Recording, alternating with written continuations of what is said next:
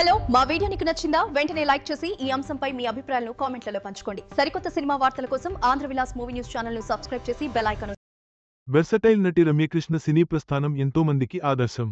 ఎన్నో కష్టాలు, పరాజయాలను అధిగమించి స్టార్ హీరోయిన్గా ఎదిగిన ఆమె సినిమాల్లోకి రావడానికి గల అసలు కారణం తెలిస్తే ఆశ్చర్యపోతారు.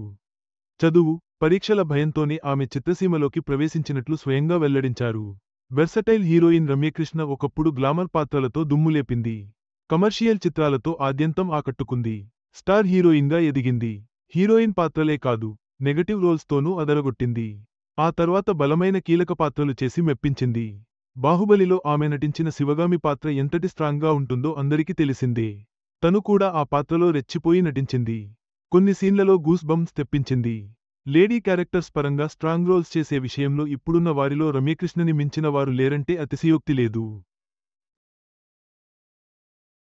అయితే రమ్యకృష్ణకి ఈ ఇమేజ్ రావడం వెనుక, ఇంతటి తిరుగులేని స్టార్గా ఎదగడం వెనుక చాలా కష్టం ఉంది. చాలా అవమానాలున్నాయి. లెక్కలేనన్ని పరాజయాలున్నాయి. రమ్యకృష్ణ తెలుగులో నటించిన తొలి చిత్రం భలే మిత్రులు. ఇందులో సెకండ్ హీరోయిన్గా చేసింది. ఈ సినిమా ఆడలేదు. ఆ తర్వాత 3 ఏళ్ల వరకు ఒక్క హిట్ కూడా లేదు. ఎన్ని ఫ్లాప్ అయ్యాయో లెక్క కూడా లేదు.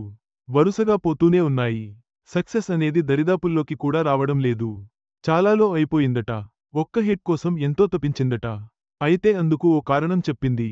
తానేదో గొప్ప పేరు తెచ్చుకోవాలని, స్టార్ అయిపోవాలని అనుకోలేదట. దానికి అసలు కారణం బయటపెట్టింది రమ్యకృష్ణ. జగపతిబాబు హోస్ట్గా రన్ అవుతున్న జయమ్ము నిశ్చయమ్మురా షోలో ఈ విషయాన్ని రమ్యకృష్ణ తెలిపింది. రమ్యకృష్ణకి స్టడీస్ అంటే నచ్చదు. ఎగ్జామ్స్ అంటే మహాభయం.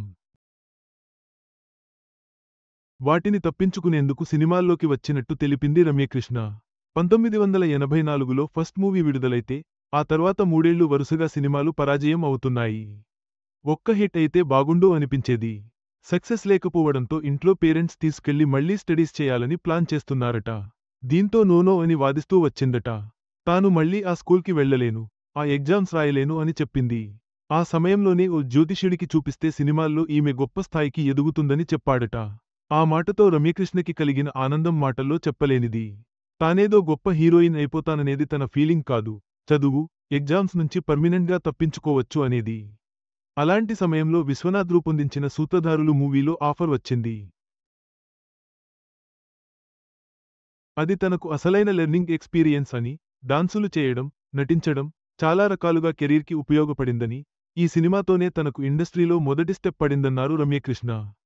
సూత్రధారులు సినిమా చూసే కె. రాఘవేంద్రరావు తనని అల్లుడుగారు సినిమాకి ఎంపిక చేశారట. అల్లుడుగారు మూవీతో రమ్యకృష్ణ లైఫ్ మారిపోయింది. హీరోయిన్గా బ్రేక్ అందుకుంది. వరుసగా భారీ ఆఫర్లు వచ్చాయి. వరుసగా విజయాలు సాధించింది. స్టార్ హీరోయిన్గా ఎదిగింది. అయితే ప్రారంభంలో చాలా పెద్ద సినిమాలకు తనని ఎంపిక చేసి తొలగించారట. అప్పట్లో అల్లరి మొగుడు సినిమా 100 రోజుల వేడుకలో రమ్యకృష్ణ ఈ విషయాన్ని చెబుతూ ఎమోషనల్ అయిన విషయానికి తెలిసిందే. ఈ సినిమా రావడానికి ఆమెకి 7 ఏళ్లు పట్టిందటని చెబుతూ ఎమోషనల్ అయింది రమ్యకృష్ణ. రమ్యకృష్ణ సినీ ప్రయాణం ఎన్నో మలుపులు, కష్టాలతో కూడుకున్నది. చదువు తప్పించుకోవడానికే సినిమాల్లోకి వచ్చిన ఆమె, అంచనాలకు మించి విజయం సాధించింది. జ్యోతిష్యుడి జోస్యం, ఆమె పట్టుదల,